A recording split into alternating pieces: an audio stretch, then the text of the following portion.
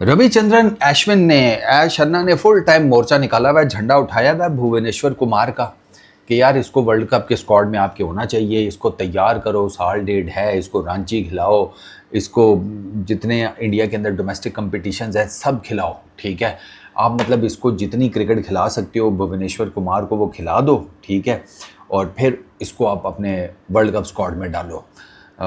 Bhuvaneswar Kumar is a yes. I would communicate to him, get him to play all the tournaments, first class, Vijay Hazare, everything, and get him prime going to South Africa. I think we will need him there. मतलब कि India के अंदर जितनी भी cricket है ना सारी खिला दो उसको रेडी कर दो, उसका इंजन जो है ना वो गर्म कर दो और उसको फिर उसके बाद साउथ अफ्रीका ले जाओ। अब ऐश शर्मा की बात में वज़न तो है, बट दिक्कत पता है क्या है? दिक्कत ये है कि यहाँ पर ना विराट और उसका नहीं खांचा सीधा हो रहा। ठीक है रोहित का जो साफ सी बात है, तो वहाँ पर वो बेचारा भुवनेश्वर कुमार क्या करेगा? क्योंकि ही वुड बी, हाँ वो तो पक्का 37 ईयर्स का होगा। अब 37 ईयर्स का फास्ट बॉलर आप शामिल करेंगे, वो इन्होंने करना होता तो पहले ना जब वो गया था तो उस टाइम उसकी कौन सी बड़ी बुरी परफॉर्मेंसेस थी 2022 में। भुवनेश्वर कुमार ने 2018 में टेस्ट क्रिकेट छोड़ दी थी, और मज़ेदार बात है कि 2018 में भी जो 2 टेस्ट मैचेस खेले थे उसमें 10 विकेटें थी भुवनेश्वर कुमार की। अच्छा, एक चीज़ तो ये, और उसमें भी उस साल भी ना भुवी की जो बॉलिंग एवरेज थी दैट वाज 20.30। उससे पिछले साल 21 की बॉलिंग एवरेज थी, उससे पिछले साल 15 की, 2016 में 13 विकेट्स, 2017 में 11 विकेट्स। इन 3 सालों में भुवनेश्वर कुमार ने जनाब 34 विकेट्स ली थी 9 टेस्ट मैचेस में, बताओ भला। लेकिन 2018 में टेस्ट क्रिकेट छोड़ दी, वो नहीं हो पा रही थी। अब आ जाएं आप ज़रा ओडीआई क्रिकेट में। 2022 में ओडीआई और T20 भुवनेश्वर कुमार की ख़त्म हो गई थी। अच्छा जी, 2022 में 2 मैचेस खेले थे। ठीक है, विकेट कोई नहीं मिली, इकॉनमी 7.27 की ऑन दी हायर साइड थी। 2021 में 9 विकेट्स हैं, 2019 में 33 विकेट्स हैं, 2021 में 28 की बॉलिंग एवरेज है, 2019 में 23 की बॉलिंग एवरेज है। बीच में थोड़ा फिटनेस का थोड़ा प्रॉब्लम रहा तो इस वजह से वो उस तरीके से नहीं खेल पाए थे। आप T20 क्रिकेट में आ जाएं, 2022 में 6.98 की इकॉनमी, 19 की बॉलिंग एवरेज, 37 विकेट्स 2022 में। ये T20 इंटरनेशनल्स है, IPL नहीं है, T20 इंटरनेशनल्स है।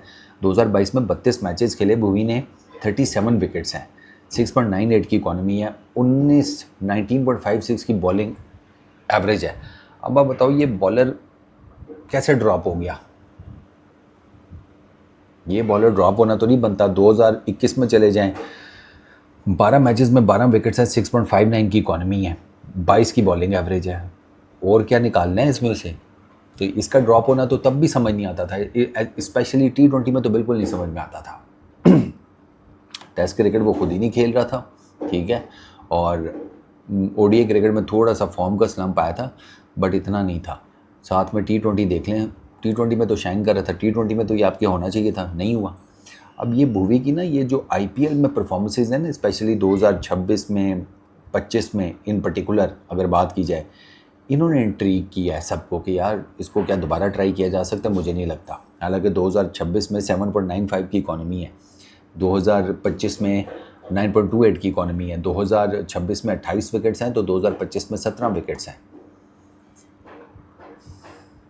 यानी कि 45 विकेट्स हैं भुवनेश्वर कुमार की 2 सीजन्स में पिछले 26-25 के IPL में। मैचेस ये बनते हैं 30 मैचेस में 45 विकेट्स, नॉट बैड। लेकिन I am pretty much sure के वो जा नहीं रहा। भुवनेश्वर कुमार मुझे नहीं लगता साउथ अफ्रीका लेकर जाएंगे। ये एज फैक्टर का रोला खड़ा होगा। He would be 37। मैं आपको बता रहा हूँ ना, विराट और रोहित का एज फैक्टर को लेकर इतना फसाद बरपा हुआ है। अगले मौके की ताड़ में है कि भाई इनको उठाकर किसी तरीके से बाहर फेंके, और आपको लगता है कि भुवनेश्वर कुमार को ले जाएंगे। वो किसी ने उस दिन बड़ी ज़बरदस्त बात लिखी हुई थी कि इंडियन टीम में ना, इंडियन नेशनल टीम में कोई भी सिलेक्ट हो सकता है, बस उसका ताल्लुक RCB से नहीं होना चाहिए। ये इंडियन फैंस बात कर रहे हैं, मैं नहीं कर रहा। तो मुझे नहीं लगता। ऐश शर्मा ज़ोर लगा रहे हैं, ठीक है, आई रिस्पेक्ट हिम, मुझे नहीं लगता ये भुवी को लेकर जाएंगे वर्ल्ड कप में। I really don't think so. ये वही वाला चक्कर है, फ्यूचर देख रहे हैं तो ये है वो है। एक बुमराह ही है आपके पास, सिराज को ले जाओ फिर। साउथ अफ्रीका की जिस तरह की विकेट्स हैं, एक फास्ट बॉलर से तो काम नहीं चलेगा ना। तो अगर सिराज भी साथ हो जाए तो फिर मे भी भुवी अगर ले जाएं तो क्या ही बात है। बट ये मुझे पता है लेके नहीं जाएंगे। स्विंग और सीम बहुत ज़बरदस्त करता है भुवी, बहुत आउटस्टैंडिंग स्विंग और सीम दोनों। मूवमेंट बहुत इन द एयर और ऑफ द पिच, उसकी मूवमेंट अखीर है। लेकिन स्टिल नहीं जाएगा, मैं आपको बता रहा हूँ। Peace out.